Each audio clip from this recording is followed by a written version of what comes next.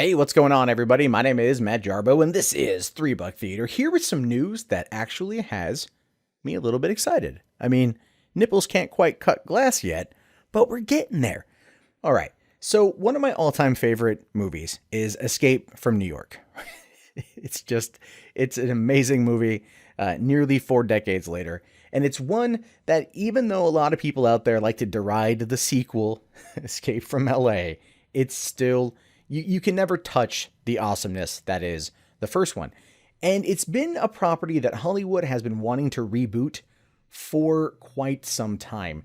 In fact, in 2003, it was talked about being rebooted by Len Wiseman, who at this point has walked away from more movies than he's actually ended up directing. Then Breck Eisner took over Wiseman's place in 2010, and believe me, that is a fantastic choice. Too bad it never fucking happened. Breck Eisner did Sahara and The Crazies, and also the whatever that Vin Diesel witch hunter movie was that he was in. I never saw it, but I heard it was good.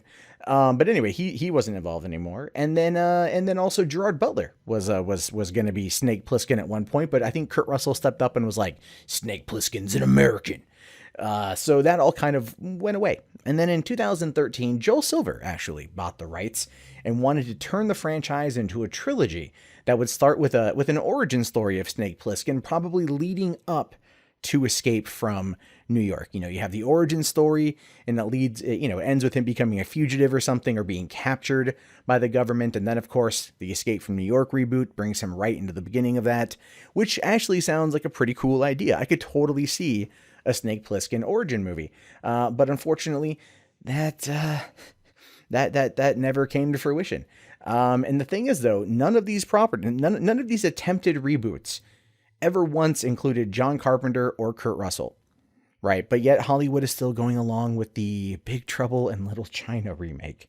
Apparently Carpenter is a producer on that, so there's something, but Jesus fucking Christ. So now we're hearing that 20th Century Fox is hoping to reboot the franchise, and they want to start production on the movie later this year, with Robert Rodriguez currently in talks to direct it. Yes. You guys don't understand how much I want that. Look, Rodriguez has had his flops. Let's be fair. He has had his flops. And lately, I mean, like over the course of the past, what feels like decade, ever since fucking, what was it? Oh God, what was the fucking Grindhouse movie he did? Planet Terror. You know, he hasn't really done much. You had Machete Kills. You had Predators, but he produced all of those. He co-directed Machete. I don't think he directed Machete Kills. I think he was a co-director on that one. But the thing is, Rodriguez was the guy in the 90s. Desperado, El Mariachi, Once Upon a Time in Mexico, fucking, oh God, what's the movie when they were in high school? It was Invasion of the Body Snatchers. It doesn't matter. I don't know why I can't think of it right now. But I fucking love that goddamn movie, and I can't think of the goddamn title. But the point is, Rodriguez could do Escape from New York. He could do it. He could bring it back to its roots. He could bring it back to like the practical effects. He could bring it back to having a good, hard ass character who could play it. And clearly, Antonio Banderas for the Isaac Hayes role. Let's be fair here. Let's be fair. Antonio Banderas for the Isaac Hayes role. Danny Trejo, Ernest Borgnine's role. All right? Like, come on. Wisecracking fucking cabbie, it's going to have to be Trejo, because that just seems about right. And Salma Hayek can play the president's daughter. Screw it. The point is, the kind of filmmaker that John Carpenter is a kind of filmmaker that Rodriguez was in the 90s. Very, very down to earth, very practical, used everything he could get his hands on and made it work in a way that audiences fell in love with. And that is what I want for this franchise. I look at the budgets of these movies. Beauty and the Beast had a $300 million budget. $300 million, right? And it feels like it's completely wasted. It feels like it's over bloated. I mean, I think Emma Stone made like $16 million on that movie. Or not Emma Stone, Emma Watson. And it's like they just, they're overinflating these budgets constantly to where these movies are never making money because of the way Hollywood accounting operates. But Rodriguez, I think, could do it. I think he could do it. And I think if we were able to get Rodriguez on board with Carpenter producing, you couldn't stop me from throwing money at this. You couldn't stop me from seeing this thing at least 8 times in the theater and paying for it every time. That to me is like a match made in fucking heaven. That's what I want. Now the question is, who's going to play Snake? Right? If it's a younger Snake, the starting of a trilogy, who fucking knows? I couldn't tell you at this point who I think would be a good type of role for that. You know, Tom Hardy's name has been floated around, but he's huge now. There's been a few other people that have been kind of floated around. Jeremy Renner for one, but I don't see Renner as Snake.